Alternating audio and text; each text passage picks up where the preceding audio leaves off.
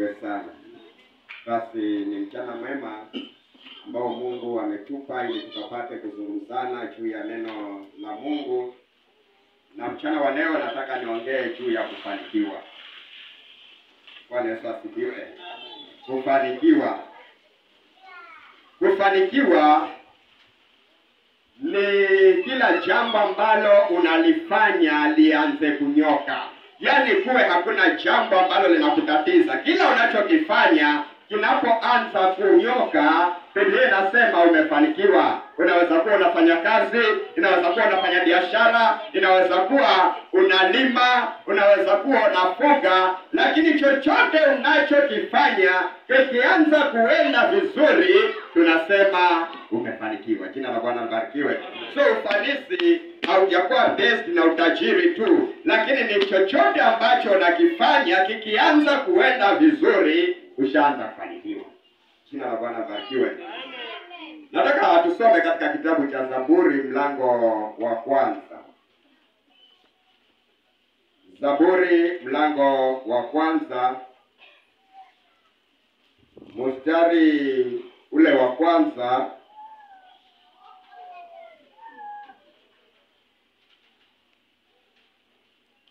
mpaka mstari wa 3. Zaburi mlango wa kwanza, mstari wa kwanza, 2 na 3.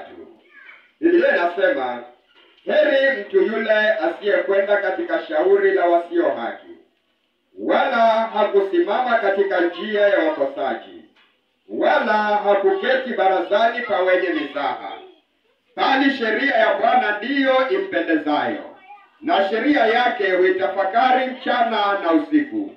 Naye atakuwa kama mti uliopandwa kando kando ya vijito vya maji, uzao matunda yake kwa majira yake, wala jani lake halitanyauka, na kila tendalo litafanikiwa. Tuombe. Ninakushukuru Baba mtakatifu uliyeziumba mbingu na nchi. Ninalitukuza jina lako na niinua mchana wa leo, nasema ni asante. Na Baba unaenda kunena nasi, kwa jina la Yesu nimeomba. Bwana Yesu asifiwe. Tunapotazama maneno hayo ya mtumishi wa Mungu Daudi, Biblia inasema kwanza anapeana zile njia ambazo mtu anaweza kuzifuata, na anapofuata hizo njia matokeo yake ni ufanisi. Jina la Bwana libarikiwe. Jambo la kwanza ambalo analitaja, anasema ni kutoenda katika shauri la wasio haki. Jina la Bwana libarikiwe. Sasa tunapotaja shauri la wasio haki, shauri mara nyingi linakuwa based na mazungumzo. Hakuna shauri ambalo halina mazungumzo. So anapotaja shauri la wasio haki, ni kwamba ni mikusanyiko ya watu ambao hawajui neno la Mungu. Yale ambayo wanashauriana ni yale mambo ya upotofu, mambo ya masengenyo, mambo ya matukano, mambo ambayo hayampendezi Mungu. Maandiko yanasema shauri hili ni afadhali usiende. Jina la Bwana libarikiwe. Maana ukienda utachangia, hutaweza kukaa kunyamaza. Ukifika utachangia. Kama watu wanasengenyana, ukikaa kwa kikao kile utachangia. Bwana asifiwe. Kama watu wanapanga kufanya maovu, ukikaa utachangia, na ukichangia pia unakuwa mwasi. Bwana Yesu asifiwe. Mahali ambapo kunapangwa mambo ya kuvuta bangi, ukikaa utachangia. Hata kama uvuti utachangia. So Biblia inasema ili usichangie ni afadhali, ama anasema umebarikiwa kama hutaenda kabisa kwenye shauri la wasio haki, usiende. Jina la Bwana libarikiwe. Unajua, unaweza kuwa unajua kabisa kikao kile ni cha nini, na hata wale wamejikenda mara nyingine huitana kabisa na simu, na akasema hapa tuna kikao, tunataka kupanga vile tutakavyofanya ukumbusho wa babu yetu aliyekufa zamani. Sasa sisi akifa ishaisha, kifika mkimaliza ishaisha. Sasa marudi tena machinja ng'ombe, maana alikufa miaka 3. Marudi tena wafanye ushauri wa kuomba kaburini, maana alikufa miaka 5. Mtu anapokufa hiyo kitu ishaenda, lakini watu hupanga tena ati wanafanya ukumbusho. Sasa tukifanya ukumbusho, faida yake ni nini? Kuleta tu maskini. Unajua tabia za watu ambao hawajamwamini Yesu ni tabia za kuleta umaskini. Maana kama utafanya ukumbusho wa mtu alikufa miaka 10, mtumie laki nzima, ni kuleta umaskini. Bwana asifiwe. Na watu hawajui, wanasema wanakumbuka. Huyo mtu hata hajijui tena, huyo mtu ashaoza, lakini nyinyi mnasema mnafanya ukumbusho.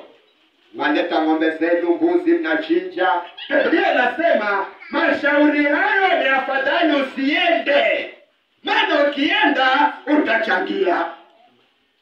Jina la Bwana barikiwe. Amen.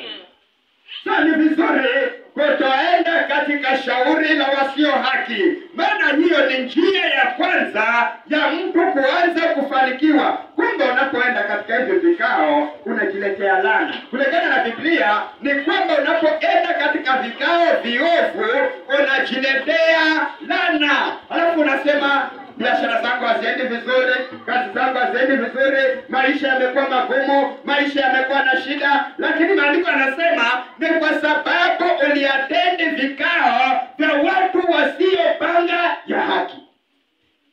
Jina la Bwana barikiwe. Lakini kama unataka uanze kufanikiwa, maandiko yanasema ni heri usiende kabisa katika vikao vya wasio haki. Na naendelea anasema pia usisimame katika njia ya wakosaji. Kusimama katika njia ya wakosaji ni kutetea mwasi. Jina la Bwana barikiwe. Yaani huyo anayefanya maasi ndio anamtetea huko katika njia yake. Na Biblia inasema usisimame katika njia ya wakosaji.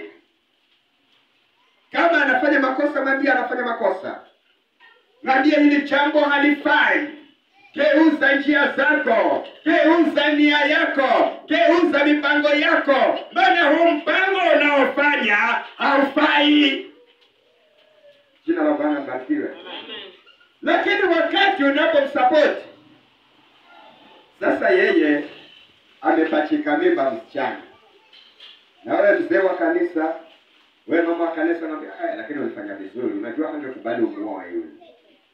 Hata ungemwacha hivi hangekubali, lakini saa hii hana la kufanya, atakufuata atende akatae.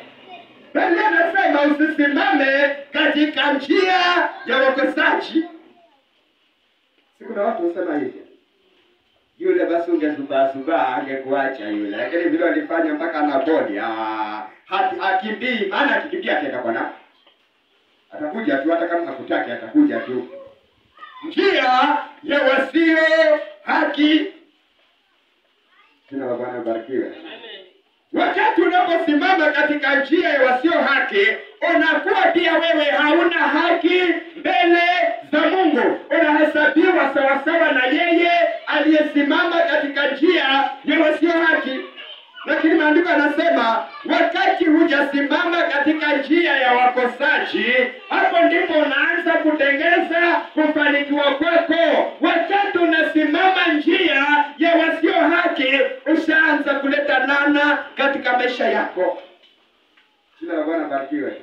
Na utasema umelaniwa, mambo hayaendelei, lakini kumbe Biblia imesema ya kwamba umesimama katika njia ya wakosaji.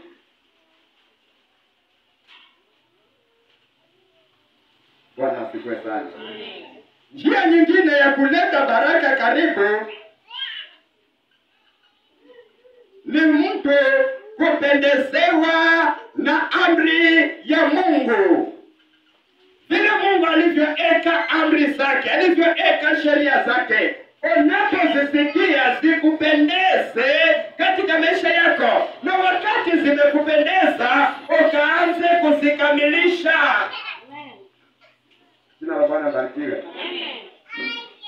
Maana unajua watu hawafuati hizo amri za Mungu kwa sababu hazijawapendeza. Wanasema zinawaumiza, wengine wanasema sasa wanajitenga kidogo wafanye mambo fulani, wengine hata wakiwa kanisani, hata wakiwa huduma, tena baada ya ile huduma anajitenga kidogo, kama ni kumganga anaenda. Anasema kwa Mungu ninajaribu na Mungu ninajaribu. Ndio. Yeye anasema anajaribu kote kote. Maandiko yanasema ya kwamba wakati unapoanza kujaribu kote kote, Mungu anakuacha, shetani anakuacha. Utakuwa vuguvugu sasa. Hau moto na hau baridi.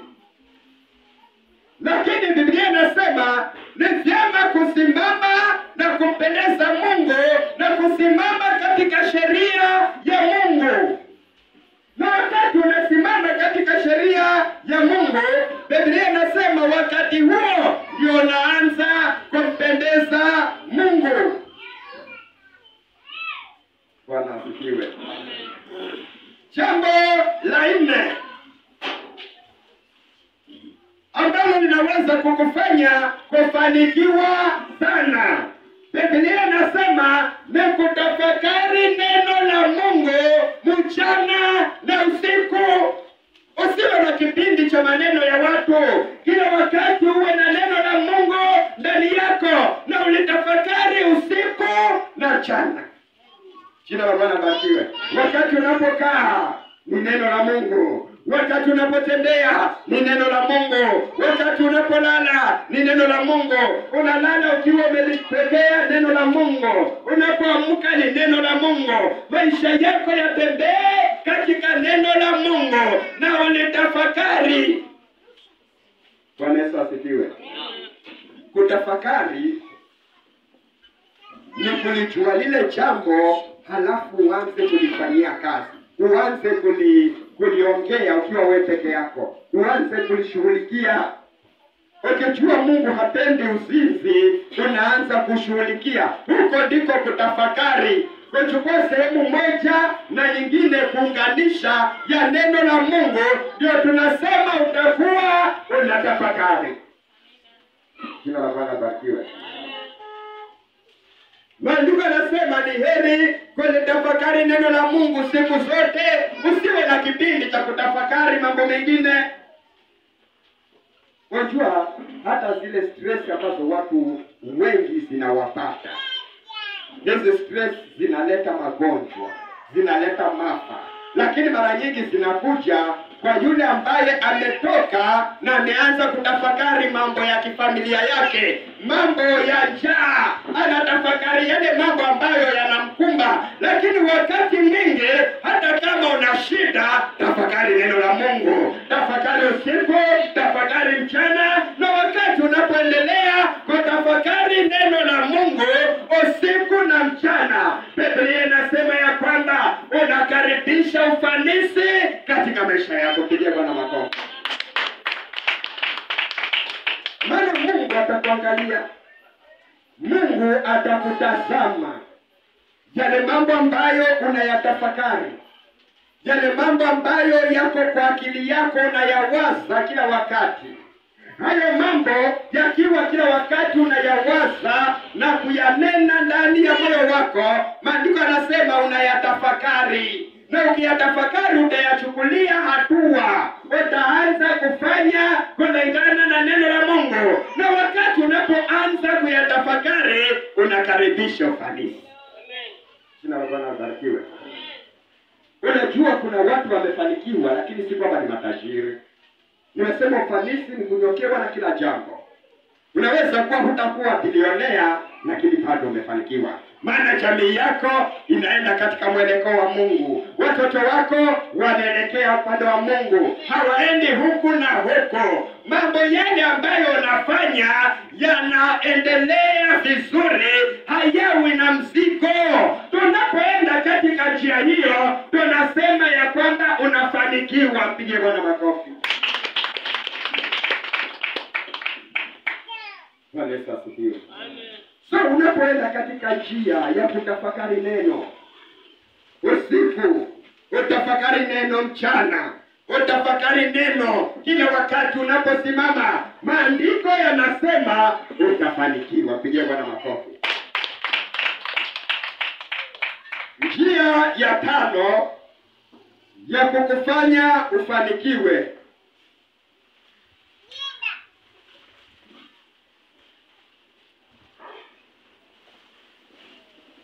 Tunapotazama hayo maneno ya Mungu, anasema unapofanya mambo haya ambayo tayari nimeyataja, Biblia inasema wewe sasa utaanza kufanikiwa. Maana maisha yako yatakuwa kama mti uliopandwa kando kando ya maji. Hakuna wakati utanyauka, hakuna wakati utashikwa na jua, maana umepandwa kando kando ya maji. Na hapo ndipo ufanisi wako utaanza katika maisha yako. Jina la Bwana libarikiwe. Wakati huo unakuwa kama mti uliopandwa kando kando ya maji. Nishawahi kutembea kando kando ya ile tunasema ni river, kando kando ya ile mto River Tana ambayo imekuja ikaitwa River Sabaki. Nishawahi kutembea, hata nishawahi kushika samaki katika hiyo river. Hata viatu vyangu vishawahi kwenda na maji, maana nikiwa ndani ya maji vikatoka na vikaenda, na nikaenda nyumbani nikiwa sina viatu. Nishawahi. Lakini kando kando ya ule mto, ile miti ambayo imezunguka ule mto ni miti ambayo iko green vizuri, miti ambayo haiwezi kukosa kuwa na kivuli, miti ambayo wakati wote hata ukifika hapo unafurahia, maana imepandwa kando kando ya maji. Na Biblia inasema wakati unapofuata haya mambo ya kufanikiwa ambayo nimeyataja, utakuwa kama mti ambao haunyauki. Jina la Bwana libarikiwe. So wakati unatafuta chakula hutakosa, wakati unatafuta school fees hutakosa, maana hunyauki. Jamii yako hakuna wakati itakosa amani. Jamii yako hakuna wakati itakosa furaha. Jamii yako hakuna wakati itapigana, kwa sababu umepandwa na hunyauki. Jina la Bwana libarikiwe. Na unakuwa mtu wa furaha siku zote, maana umepandwa kando kando ya mto. Na pia anasema wakati huo umekamilisha haya mambo manne niliyoyataja, kutoenda katika shauri la wasio haki, kutosimama katika njia ya wakosaji, na kuenda katika sheria ya Mungu, kumpendeza Mungu katika sheria. Biblia inasema sasa kila utakalolifanya utafanikiwa. Jina la Bwana libarikiwe. Sasa wakati umeenda katika hizi njia ambazo tayari nishazitaja, tayari zinaanza kukupa ufanisi. Anza kutafuta chochote cha kufanya kitafanikiwa. Sasa kama umekamilisha, anza biashara. Biashara itafanikiwa. Tafuta kazi, kazi itafanikiwa. Tafuta watoto, watafanikiwa. Peleka watoto shule, watafaulu. Lolote unalofanya litafanikiwa, kwa sababu utakuwa umekamilisha mpango wa Mungu. Pigie Bwana makofi. Unajua mambo mengi ambayo yamekosa kufanikiwa katika maisha yetu ni kwa sababu hatukufuata ule mtiririko wa mpango wa Mungu. Huko tunayafanya, huko tunauliza ushauri kwa waganga. Huko tunafanya, huko tunauliza ushauri kwa wachawi. Huko tunafanya, huko tunauliza ushauri wazinzi. Huko tunafanya, huko tunaona yale ya nje yanafaa. Hapo huwezi kufanikiwa. Ni mpaka utaepukane na kila jambo la uasi, mpaka ukatokane na njia ya wasio haki. Usisimame nao, usiwaunge mkono. Jina la Bwana libarikiwe. Wakianza kuongea yale mambo yao, na unajua haya mambo ni dhambi, unaambia samahani dada, samahani, mimi siko na nyinyi, mimi hata naenda sawa. Unaachana nao, maana washaanza kuongea. Na Biblia inasema ukiwatolerate, wewe nawe unajilani katika maisha yako, unaungana nao. Lakini ndio yakataa. Kisikia washaanza kuongea huyo fulani unawaambia sasa haya tuyaache. Kama mnataka huyo fulani, acha tuendelee kumwombea na kumshauri. Acha tu. Kwa sababu unajua hata ukisengenya mtu husaidii. Bado kama anafanya dhambi ataendelea, maana unaongea kando na hajui unaongea nini. Lakini mbali na hapo unajilani mwenyewe. Jina la Bwana barikiwe. Ama ukisengenya mtu unamsaidia. Maana utaongea yeye basi hajaokoka kabisa yeye. Yeye yale anafanya yeye hajaokoka. Yeye basi na hivi na hivi. Yeye lakini hujamsaidia. Si bado anaenda jehanamu, maana hujafika kwake. Na yule ameambiwa naye anaendelea kuongea fulani huyo. Hataenda mbinguni, hatafanya hivi, lakini bado anaenda jehanamu. Wewe nawe unaingia katika mtiririko wa jehanamu na laana. Biblia inasema